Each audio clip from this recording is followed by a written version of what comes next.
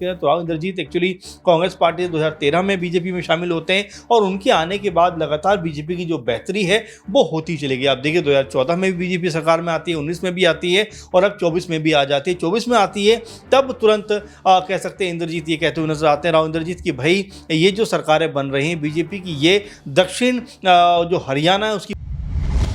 नायब सिंह सैनी के मुख्यमंत्री बनने से पहले उनको जान से मारने की धमकी देना, अचानक से अनिल विज का मुख्यमंत्री बनने को लेकर बार बार ऐलान करने वाली बात फिर चुप हो जाना और अचानक से राव इंद्रजीत का बड़ा बयान सामने आना कि मेरे पास विधायक तो हैं लेकिन मैं बगावत नहीं कर रहा।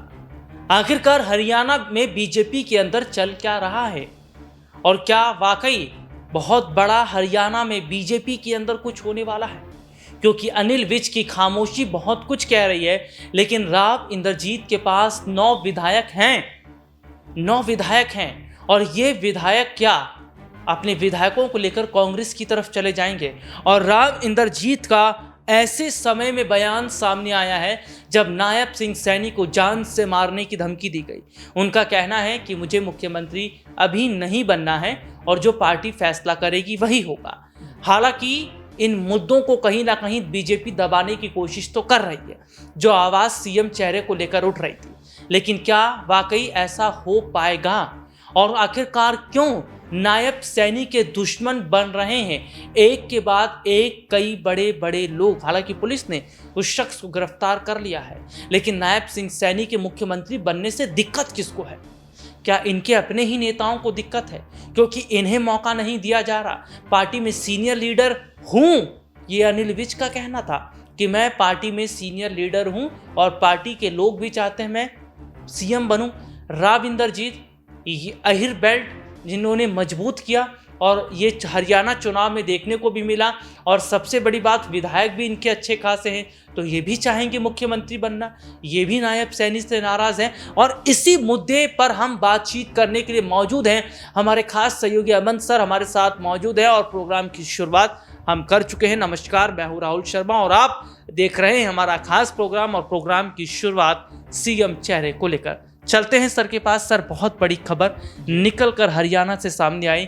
अचानक से नायब सैनी के मुख्यमंत्री बनने से पहले, शपथ ग्रहण समारोह से पहले उन्हें जान से मारने की धमकी दी गई। उसके बाद अनिल विज खामोश हो गए। उसके बाद राव इंद्रजीत ये कह रहे हैं मुझे मुख्यमंत्री नहीं बनना। सर, आखिरकार चल क्या रहा है और क्या बीजेपी के अपने ही लोग क्या सैनी के खिलाफ खड़े हो रहे हैं?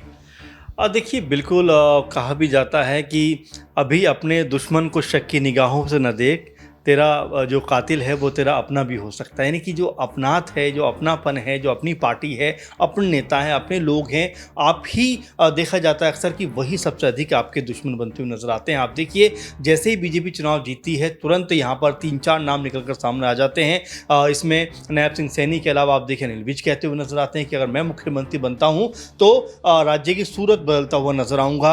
राव इंद्रजीत कहते हैं कि भाई इस बार सीएम जो है वो एक तरीके साउथ हरियाणा से होना चाहिए। तो ये तमाम जो बातें हैं, तमाम जो कयासबाजियां हैं, ये लगना शुरू हो जाती हैं। इसका नतीजा आप देखिए कि 8 तारीख को नतीजे आते हैं।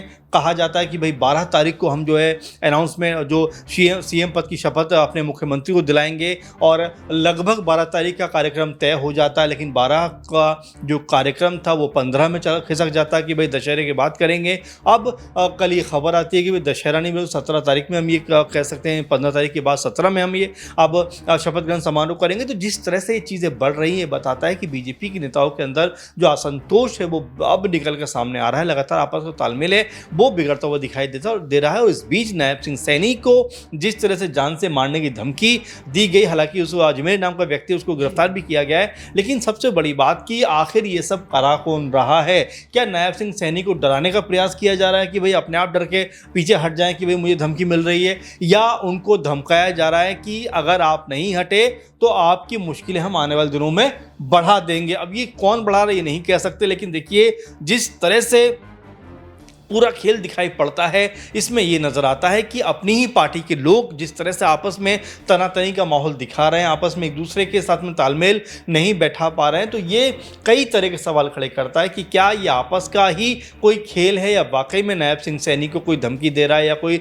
डराने का प्रयास कर रहा है। क्योंकि देखिए विपक्षी दल लोग तो इसमें मेरे ख्याल से निकल कर सामने आएंगे नहीं, आएंगे तो अपने लोग ही सामने आएंगे। तो ऐसे में यही मैं जो शुरू में कहा था कि अभी जो है ये कहना कि दूसरे लोग इसमें हो सकते हैं, बड़ी बात यह है कि खुद बीजेपी के लोग इसमें शामिल हो सकते हैं, क्योंकि नायब सिंह सैनी को लेकर ना अनिल विज खुश दिखाई पड़ते हैं, ना राव इंद्रजीत खुश दिखाई पड़ते हैं। राव इंद्रजीत तो कहते हैं कि भाई अगर बीजेपी की सरकार तीसरी बार बन रही है तो उसमें अहिर वो जो बेल्ट है उसका सबसे अधिक योगदान है, इसलिए मुख्यमंत्री इस बार इस तरफ से होना चाहिए। तो आप देख रहे हैं कि लगातार बीजेपी के नेताओं के बीच में जिस तरह से घमासान मचा हुआ है उसी मद्देनजर इस पूरे मामले को देखा जा सकता है। जी सर, मैं अगर कहूं तो गलत नहीं होगा, क्या बीजेपी में जो सीएम बनने को लेकर जो ये बड़े बड़े चेहरों की तरफ से आवाज़ आ रही है, क्या इसको दबाने का काम बीजेपी कर रही है? और क्या वाकई माना जाए कि नायब सिंह सैनी के मुख्यमंत्री बनने से जो है अगर कहूं तो अनिल विज भी खुश नहीं, क्योंकि वो हरियाणा विधानसभा चुनाव से पहले ये कह रहे थे कि मैं पार्टी में सीनियर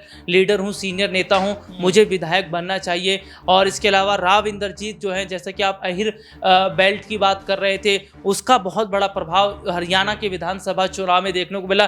तो कहीं ना कहीं ये भी बड़े चेहरे हैं जो सीएम सैनी के मुख्यमंत्री बनने से नाखुश जरूर दिखाई दे रहे हैं। देखिए बिल्कुल जाहिर बात है कि सब लोग यही चाहते हैं, जो सीनियर लीडर हैं आप देखिए उनका रुख कहाँ कोई ऐसा लगा कि वो नायब सिंह सैनी को बहुत सपोर्ट करते हुए नजर आते हैं।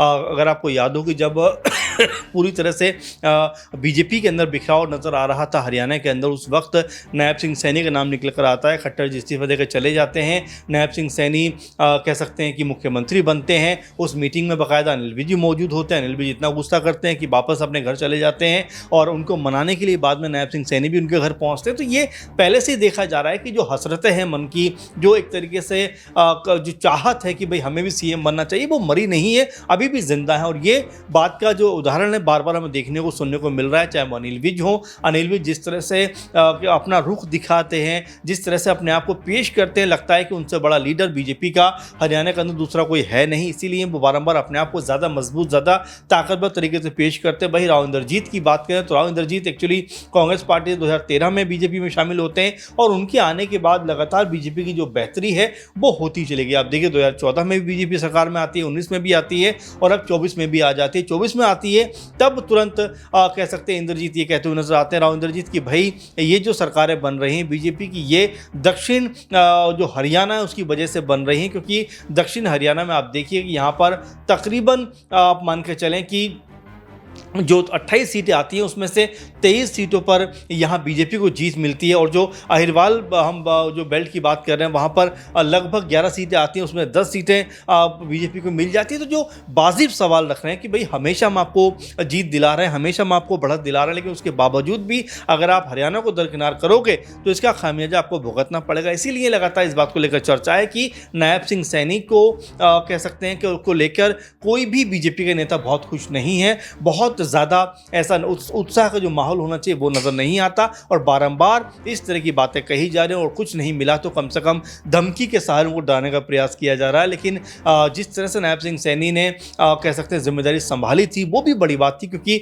उस समय बीजेपी के कई बड़े बड़े नेताओं के बीच में कंपटीशन चल रहा था कि मैं बनूंगा, लेकिन वहाँ पर नायब सिंह सैनी का नाम आता, सीएम बनते हैं और सीएम के चेहरे पर ही हरियाणा चुनाव लड़ा जाता है। और देखिए कि बीजेपी यहाँ पर रिकॉर्ड जीत भी दर्ज करती है। तो ऐसे में अब कम संभावना हो गई है कि अनिल विज हो या राव इंद्रजीत हो इनको मुख्यमंत्री बनाया जाएगा, लेकिन ये जरूर कहा जाएगा कि कहीं ना कहीं नायब सिंह सैनी को डराने का प्रयास किया जा रहा है। और नायब सिंह सैनी को डराने का प्रयास किया जा रहा है, और क्या डराने वाले अपने ही हैं, और क्या वाकई जो मुहर लग गई है कि भैया इतने विधायक हैं राव इंद्रजीत के पास, क्योंकि 15-16 विधायक कुछ अनिल विज के पास बताए जा रहे थे, तो कहीं ऐसा तो नहीं कि विधायकों को लेकर अगर रफू चक्कर हो जाते हैं अनिल विज या फिर राव इंद्रजीत, तो क्या इसका बड़ा नुकसान बीजेपी को होगा? भले ही मुख्यमंत्री बन जाए नायब सैनी, लेकिन क्या इनका हाल कमलनाथ की तरह होगा जो मध्य प्रदेश में हुआ और सिंधिया ने जो बगावत की? इस मुद्दे पर आपकी क्या राय है कमेंट करके जरूर बताएं। फिलहाल आज के इस प्रोग्राम में इतना ही, आपसे फिर दोबारा मुलाकात होगी, तब तक के लिए इजाजत दीजिए,